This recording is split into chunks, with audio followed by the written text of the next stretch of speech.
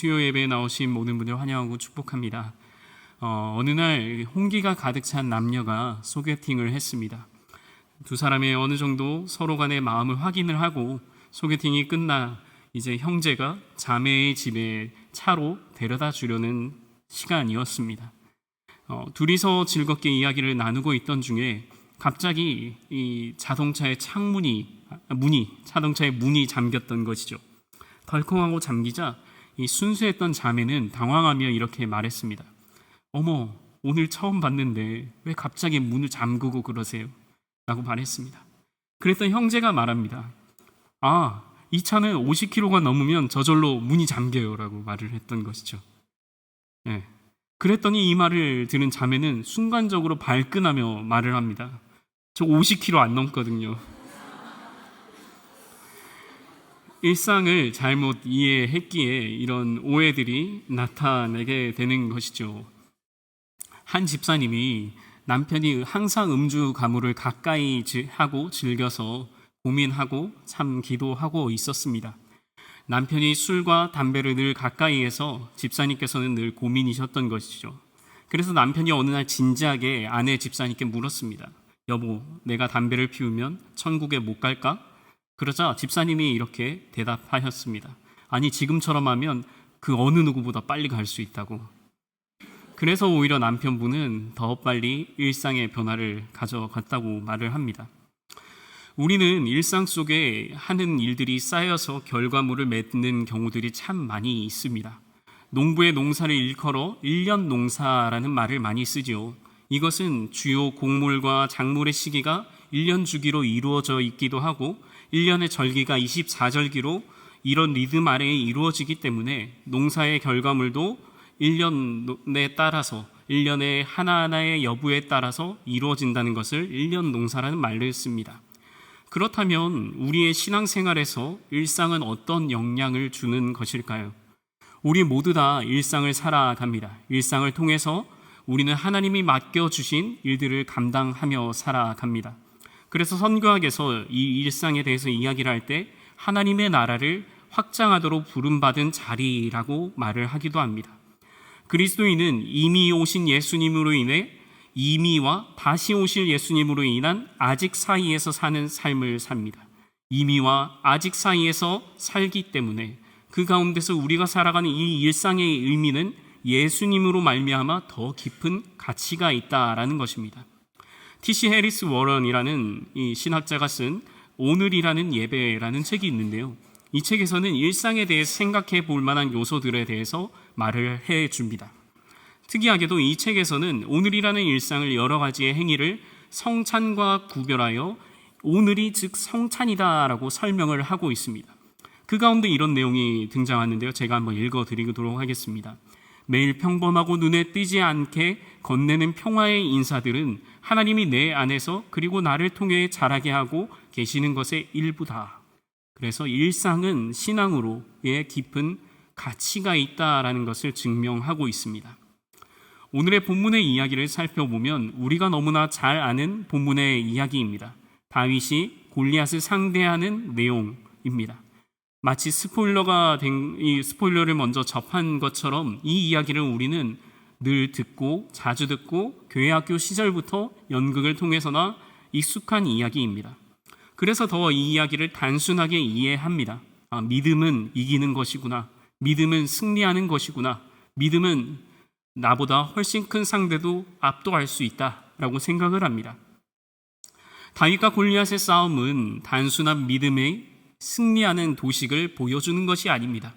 이것은 물론 믿음으로 세상과 싸워야 하는 것을 나타내는 것이면서도 그러나 그것을 뛰어넘는 의미가 여기에 있다라는 겁니다.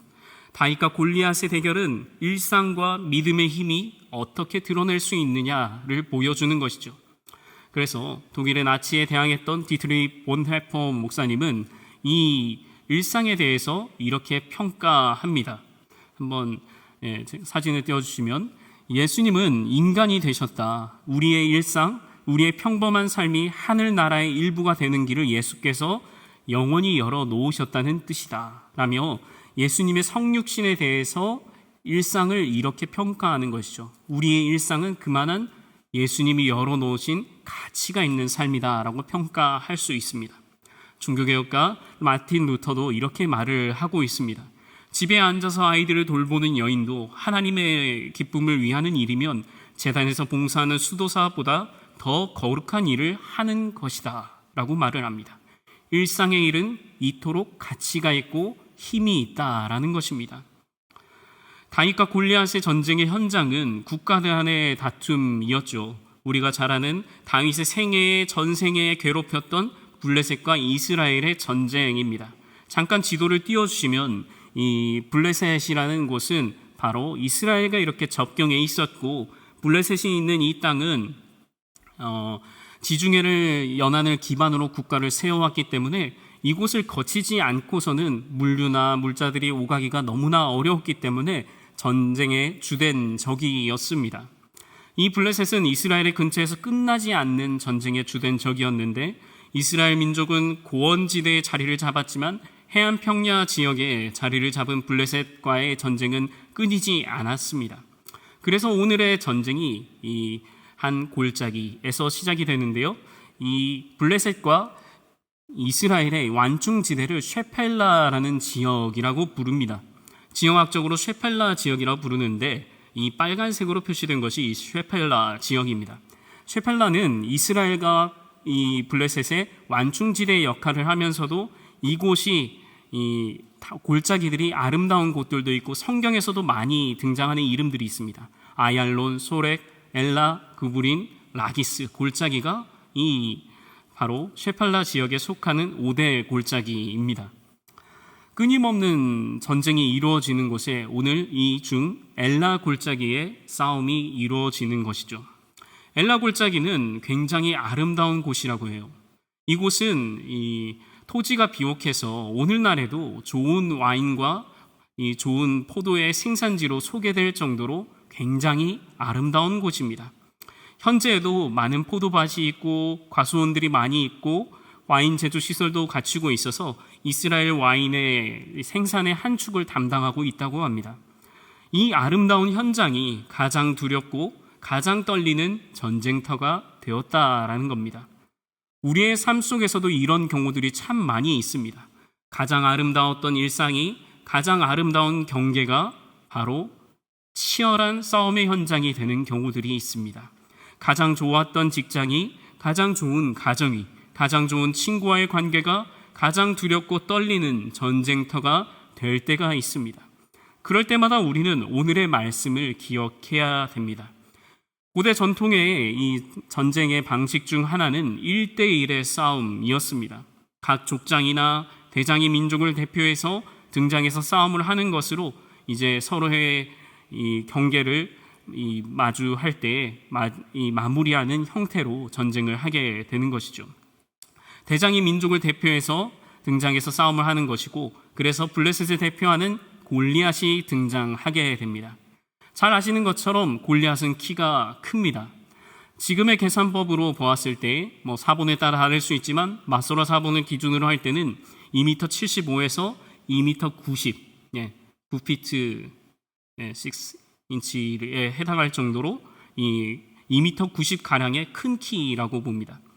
다른 사본에서 찾아봤을 때도 2m가 넘는 키로 보이는데, 그것으로 볼 때 많은 학자들의 이야기가 있는데, 아마도 이 골리앗은 마치 기간티즘, 거인병과 같은 특정 질환이 있을 정도로 큰 사람이었다라고 이야기를 합니다. 뿐만 아니라 그가 힘이 셌다는 것도 그가 썼던 무기를 통해서 알 수 있습니다. 그가 썼던 갑옷이 약 57kg, 놋 단창이 7kg나 되는 절대적으로 큰 장수였습니다.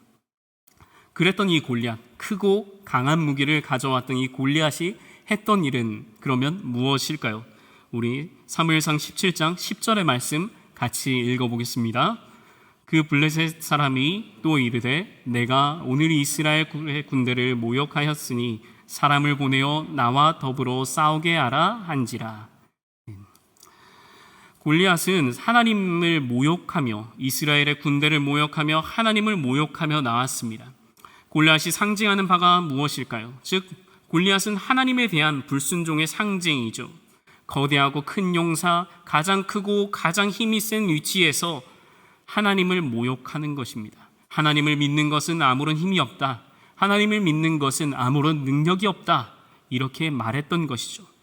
우리의 인생 가운데서도 골리앗을 마주할 때가 있습니다.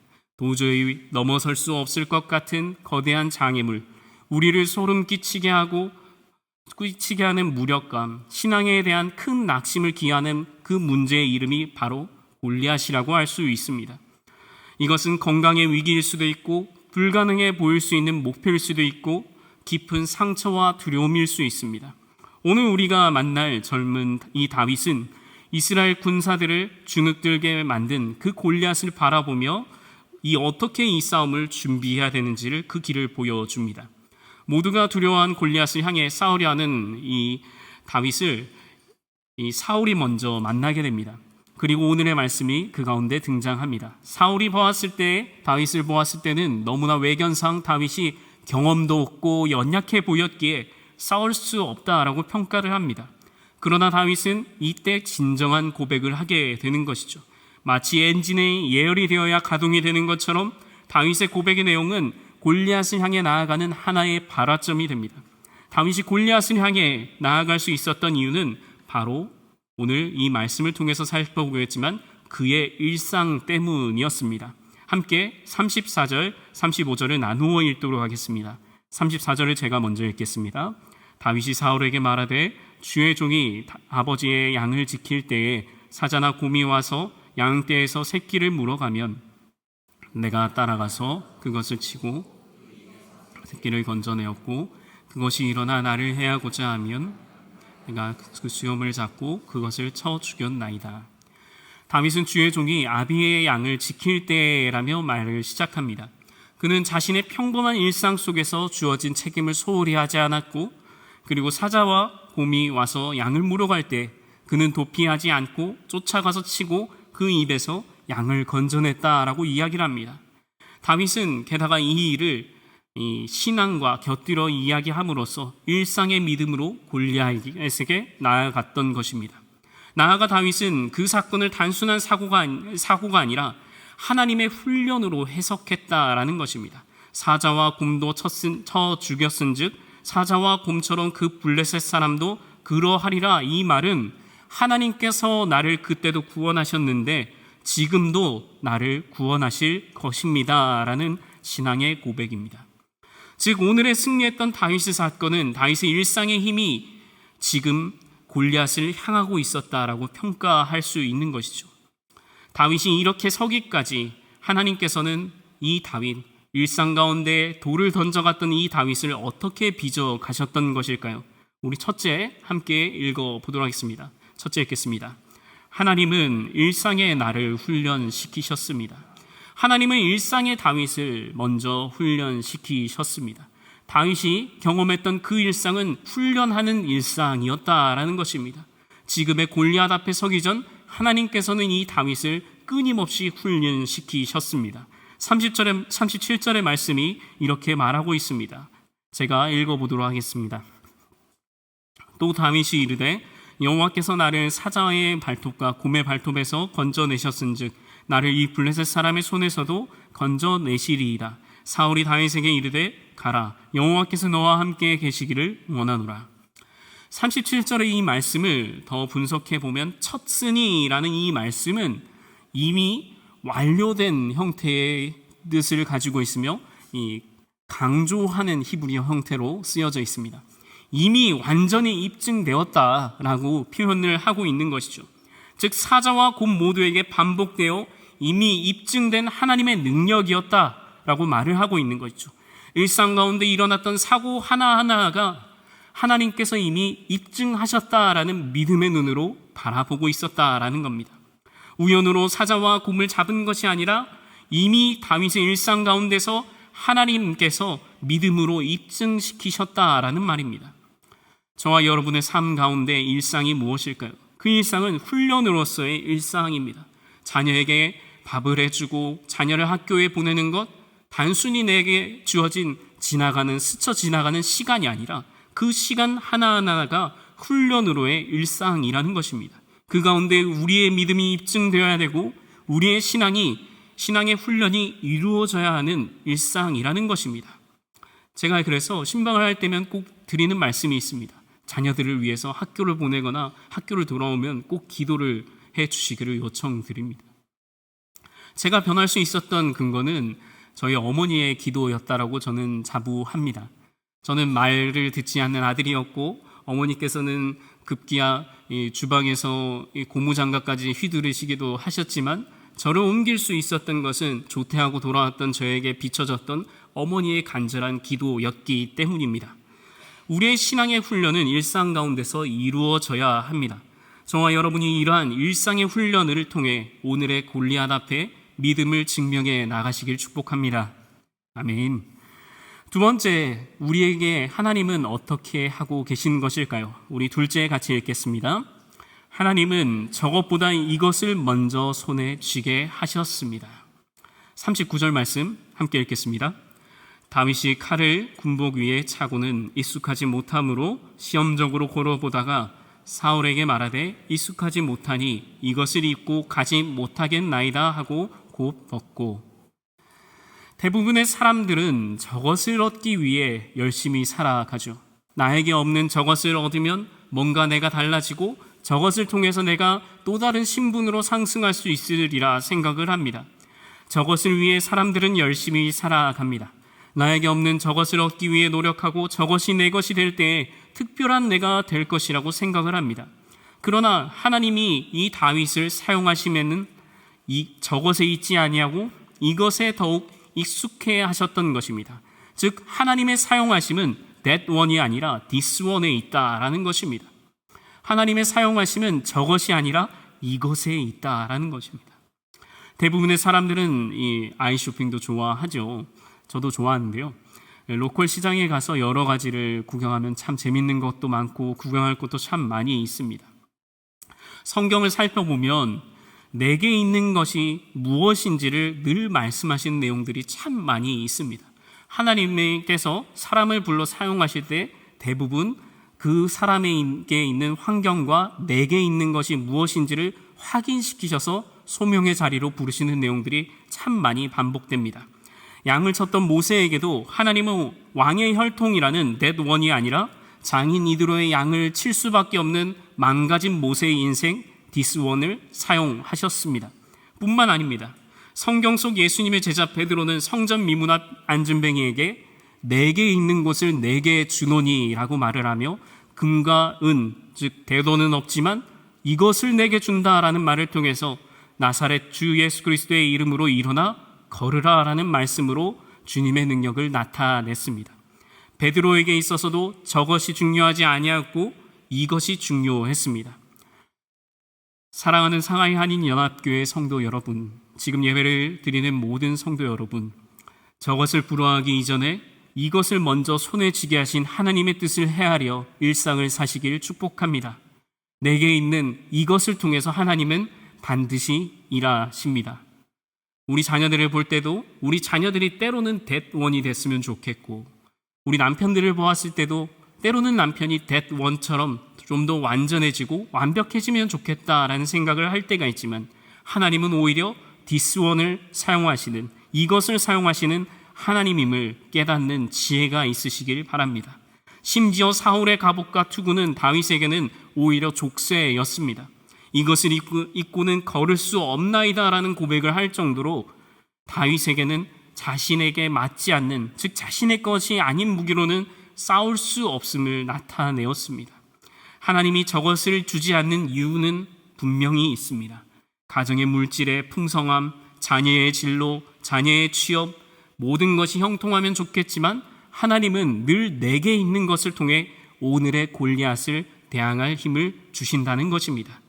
오늘 하나님은 나의 일상 가운데 내게 있는 것을 사용하심을 믿고 그 하나님을 이해하며 믿음으로 살아내시길 바랍니다. 세 번째로 우리의 일상 가운데 하나님은 어떻게 하실까요? 셋째 같이 읽겠습니다. 하나님은 믿음의 체계를 이해시키셨습니다. 하나님이 이 다윗의 일상 가운데 일상에 돌을 던져왔던 이 다윗에게 하셨던 일은 믿음의 체계를 이해시키셨던 것입니다. 40절의 말씀 마지막으로 읽어보도록 하겠습니다. 손에 막대기를 가지고 매끄러운 돌 5을 골라서 자기 목자의 제구 곧 주머니에 넣고 손에 사람에게로 나아가니라. 네. 하나님은 다윗에게 어렸을 적부터 믿음의 체계를 이해시켰던 것으로 보입니다. 어린 시절 다윗의 삶을 보면 그가 기름 부음 받는 그 순간부터 늘 뒤편에 있는 삶을 살아왔습니다. 그리고 이 다윗이 지금 블레셋 장군을 향해서 블레셋 골리앗 장군을 향해서 나아가는 현장 가운데서도 뒤편에 있는 삶을 살아왔던 것으로 우리는 볼 수 있습니다. 형들마저도 핀잔을 주고 형들마저도 이 비아냥거리는 그 볼품없는 삶이었습니다. 형들은 전쟁터에 나가 있을지라도 그는 전쟁터에서 도시락을 배달하는 정도의 볼품없는 삶이었습니다. 그러나 하나님은 이 다윗 가운데 하나님의 훈련을 통해서 믿음의 체계를 이해시켜 나갔던 것입니다. 우리 모두 사울을 꿈꿉니다. 보다 높은 지위, 보다 큰 힘, 보다 좋은 무기를 꿈꿉니다. 그러나 하나님께서 결국 오히려 사울보다 다윗을 사용하셨습니다. 우리 모두 골리앗을 꿈꿉니다. 더 큰 힘, 남들을 압도할 수 있는 정도의 웅장한 삶을 꿈꿉니다. 그러나 하나님은 하나님의 정의와 공의로 제압하셨습니다. 다윗은 평범한 목동이었습니다. 그것도 아주 뒤편에 있는 삶을 살아왔습니다. 다윗이 왕으로 세워지는 그 과정조차도 뒤편에 있는 삶과 같았습니다. 사울의 뒤편에서 도망자로서 믿음의 체계를 주님께서는 끊임없이 이해시키셨습니다. 그러므로 다윗의 일상을 통해서 왕의 자리까지 이렇게 빚어가셨던 것이죠. 우리의 앞에 있는 골리앗을 맞서기 전에 먼저 우리의 사자와 곰을 돌아보시는 저와 여러분 되시기 바랍니다. 나에게 있는 매일매일의 사자와 곰, 그것은 내가 믿음으로 대하는 나의 일상이라는 것입니다. 하나님은 우리가 있는 현재의 작은 책임과 도전들 속에서 어떻게 믿음으로 반응하는지 훈련시키고 계십니다. 오늘의 나의 작은 일상을 하나님은 결코 작은 것으로 내버려 두지 않으십니다. 하나님은 신실하시기에 나의 작은 일상조차도 자녀를 대하는, 자녀에게 밥을 해주는 그 작은 시간일지라도 하나님은 결코 그 시간을 허비치 않는 신실하신 하나님이시라는 겁니다. 제게도 이런 경험이 있었던 것 같습니다. 아팠던 형과 지내다 보니까 그 일상에 대한 늘 의문점이 있었습니다. 남들은 여행도 가고 남들은 이렇게 부모님이 도와주면 이렇게 학교를 다닐 때도 편안한 시간들을 보냈는데 저는 생각해 보면 늘 형이 아프다 보니까 어디 놀러 갈 수도 없고 쉽게는 뭘 먹을 때도 늘 형이랑 충돌한 부분이 참 많이 있었어요. 형이 신장이 좋지 않다 보니까 이 간을 하게 되면 간을 하는 음식들은 먹지를 못했습니다. 최대한 먹지 않아야 됐고 그래서 음식이 조금이라도 짜면은 형은 그 음식을 먹지 않아서 제 혼자 만들었던 음식 때문에 서운해하고 짜증을 냈던 기억도 참 많이 있었습니다. 그런데 그 시간들이 엮여져서 더 많은 것들을 이해할 수 있는 사람으로 점점 더 성장해 가는 것을 바라봅니다. 다윗과 골리앗의 싸움도 마찬가지였던 것 같습니다. 저희 형에게 있어서도 질병이 있었지만 그 작은 질병들 하나하나도 하나님께서는 일상의 형을 빚어 가셨습니다. 지금도 가끔 제가 말씀을 전하거나 할 때 전달을 해드리는데 저희 형은 식사 기도를 대충 하지 않습니다. 이 목회자들보다 훨씬 더 열심이라고 할 정도로 누구와 식사를 하든 간에 두 손을 모으고 아주 길게 기도를 합니다. 그래서 제가 저희 형을 볼 때면 가끔은 제가 목회자임에도 불구하고 이런 데까지 와서 그렇게 기도를 해야 되냐라고 묻는데요. 어느 식당을 가든 두 손을 딱 이렇게 모으고 기도하는 형의 모습을 볼 때면 그 일상의 힘이 지금의 삶을 견디게 했던 것 같습니다. 오늘 우리의 직장, 가정, 학교라는 엘라 골짜기에서 우리를 괴롭히는 그 작은 문제들, 그것이 바로 하나님께서 우리를 훈련시키는 현장이라는 것입니다. 자녀와 대화를 하다가 갈등이 있으십니까? 아침을 주면서도 외면하는 자녀들을 보면서 우리의 마음이 상할 때가 있습니까? 남편에게 오늘도 늦게 와서 나의 마음을 서운하게 하고 아프게 하는 남편을 대할 때 우리가 그것도 믿음으로 대함이 필요하다라는 것이죠. 다윗과 골리앗의 싸움은 하나님께서 인간의 기준으로 강한 것을 쓰시는 분이 아니라 일상을 하나님께 의지하는 것을 쓰심을 명확하게 보여주는 것입니다. 세상의 시스템은 더 큰 힘으로만 이길 수 있다라고 말을 합니다. 그래서 사울왕의 논리도 너도 나처럼 갑옷과 검을 갖추면 이 골리앗을 대항할 수 있다라고 말을 합니다. 하지만 하나님 나라 신앙의 체계는 이렇습니다. 고린도후서 12장 9절에서 이렇게 말합니다. 고린도후서 12장 9절 함께 읽겠습니다. 내 은혜가 내게 족하도다. 이는 내 능력이 약한 데서 온전하여 짐이라. 아멘. 우리의 모든 능력은 오히려 약함 가운데 그 약한 일상을 믿음으로 살아낼 때에 드러나게 된다라는 것입니다. 다윗은 세상의 시스템을 거부하고 신앙의 원리를 선택함으로 그 싸움이 다윗 대 골리앗이 아니라 하나님 대 골리앗이 되도록 만들었던 것입니다. 믿음의 힘이 여기에 있습니다. 나는 비록 연약하지만 내가 대하는 골리앗과 같은 삶의 여러 부분들이 있지만 믿음으로 살아갈 때 그 믿음의 싸움으로 인하여 비로소 그 싸움은 하나님 대 골리앗으로 바뀌게 된다라는 것입니다. 리처드 니스벳이라는 분이 쓴 생각의 지도라는 책이 있는데요. 이 책은 일반 책인데 이 책 가운데서는 동양인과 서양인이 사물을 보는 방식에 대해서 여러 가지를 이야기하는데 이 책이 말하고자 하는 것은 간단히 요약하자면 일상을 통해서 세계관이 달라졌다는 것을 증명합니다. 일상의 소소한 관찰과 관계 맺음이 세계관을 형성했다라는 것이죠. 일상은 세계관을 오히려 강화시키고 우리가 매일 어떻게 일상을 살아가느냐에 따라서 세상을 바라보는 관점이 변화할 수 있다는 것을 증명해 나갑니다. 여러분에게 일상의 힘은 무엇입니까? 오늘의 평범한 일상의 평범한 순간과 습관이 결정적인 신앙의 요소가 된다라는 것입니다. 우리에게 있는 영향력 있는 신앙은 일상을 변화시키느냐에 있다라는 것을 우리는 잊어서는 안 됩니다. 저와 여러분이 다윗이 일상의 힘으로 골리앗을 이긴 것처럼 우리는 골리앗에만 함몰되어 나의 일상에 함몰되지 않고 이제는 나의 일상의 사자와 곰을 믿음으로 대하며 나아가실 축복합니다. 그렇게 될 때 하나님의 은혜가 임하게 되는데 마지막으로 하나만 더 말씀드리고자 합니다. 말콤 글래드웰이라고 하는 저널리스트이자 학자가 이런 책을 쓴 적이 있습니다. 물론 이것도 신앙 서적은 아니긴 한데 이 다윗과 골리앗이라는 책에서 이런 분석을 합니다. 엘라 골짜기에 있는 물맷돌은 중정석이다. 비금속 중에서 가장 무게가 무거운 어마어마한 돌이었다라고도 이야기합니다. 다윗은 그 일상을 열심으로 살아갔을 뿐인데 하나님은 이에 은혜를 더하여 주심으로 골리앗을 쓰러뜨릴 만한 사용할 만한 돌의 환경을 허락해 주셨다라는 것입니다. 똑같은 돌을 썼지만 하나님의 은혜가 여기에도 있었다라는 것입니다. 이것이 하나님의 은혜입니다. 우리의 일상을 반복해서 살아가지만 하나님께서는 양치기의 무기를 어려움의 현장 가운데 감으로 바뀌어 주신다라는 겁니다. 하나님의 은혜를 경험하시는 일상 되기를 축복합니다. 물맷돌과 같은 내게 있는 것을 들 때 하나님은 그 환경을 바꾸셔서 골리앗을 쓰러뜨릴 만한 무기로 나의 일상의 믿음을 사용해 주실 줄 믿습니다.